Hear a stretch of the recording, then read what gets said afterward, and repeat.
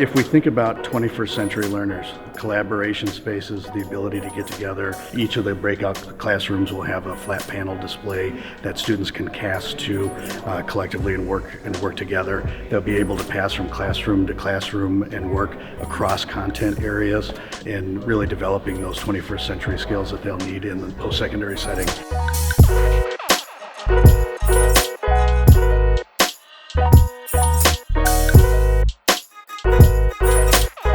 Thank you for watching the Door County Pulse. Don't forget to subscribe and hit the bell icon so you will be notified as soon as there is new Door County content for you. You can check us out online at doorcountypulse.com, where you can see Door County news and the Door County Pulse podcast. Check out another video while you're here, maybe watch a playlist, and we'll see you next time.